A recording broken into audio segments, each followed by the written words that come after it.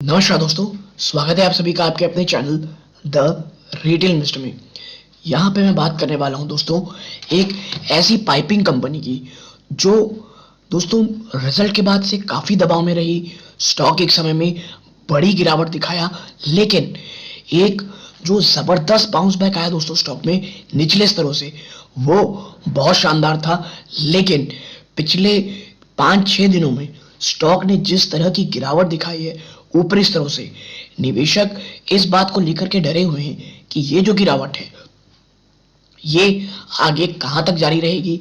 ये जो गिरावट है इसके पीछे का असल कारण क्या है, और क्या ये गिरावट स्टॉक को वापस से उन स्तरों पर ले जाएगी जहां से एक बड़ा बाउंस बैक आया था, यानी कि निवेशकों को खरीदारी का एक बहुत बहुत शानदार मौका देने वाली है। तो इन तमाम चीज़ों में चर्चा करूंगा। वीडियो को अंत तक देखिएगा, बहुत इन्फॉर्मेटिव बहुत एजुकेटिव भी होगी। लेकिन आगे बढ़ने से पहले अगर आप इस चैनल पहली बार आए हैं दोस्तों, सब्सक्राइब का बटन दबा दें। वीडियो अच्छी लगती हो लाइक ज़रूर कीजिएगा दोस्तों। विदाउट वेस्टिंग टाइम अब सीधा लेके चलता हूं मैं आपको शेयर प्राइस की तरफ। देखिए, स्टॉक का नाम है दोस्तों Prince pipes and fittings limited. ठीक है, Prince pipes and fitting limited.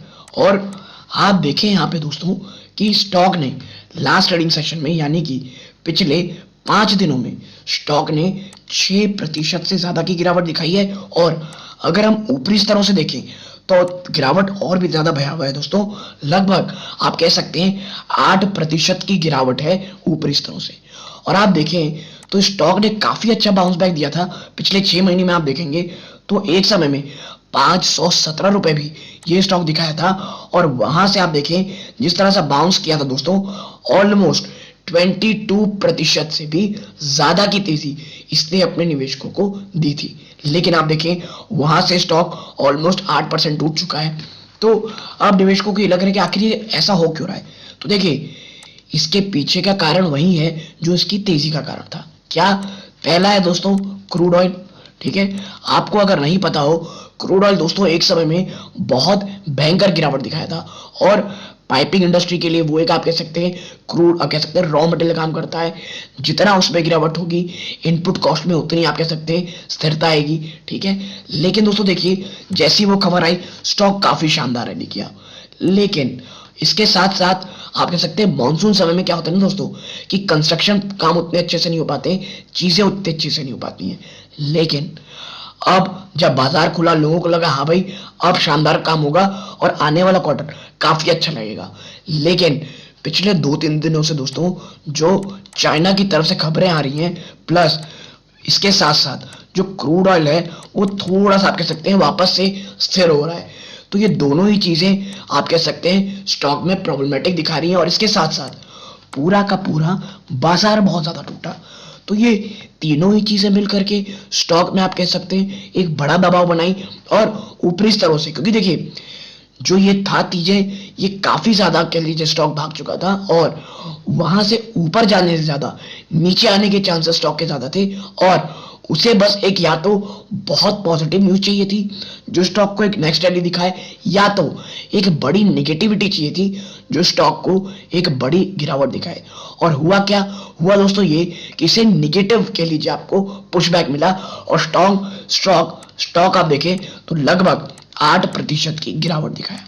ठीक है दोस्तों, और आप देखें तो देखिए स्टॉक गिरावट तो दिखा रहा है, लेकिन फंडामेंटली कुछ चीजें नहीं हुई दोस्तों। अगर आप स्टॉक को फंडामेंटल लेवल पे देखेंगे तो आज भी स्टॉक काफी अच्छा है। क्यों? आप इधर देखें, प्रिंस पाइप्स नुवामा बाय टारगेट 754। प्रिंस पाइप में दोस्तों जो नुवामा इंस्टीट्यूशनल इक्विटीज है, उन्होंने कह सकते हैं इंटरेक्टेड विद पराग छेदा जो कि जॉइंट एमडी हैं। उन्होंने कहा है इसका टारगेट 750 के ऊपर का दिया है, यानी करंट प्राइस इसे ट्रेड कर रहा है, वहां से 30% की अपसाइड की बात कही जा रही है दोस्तों। ठीक है, और स्टॉक तो अब बहुत ज्यादा गिर चुका है।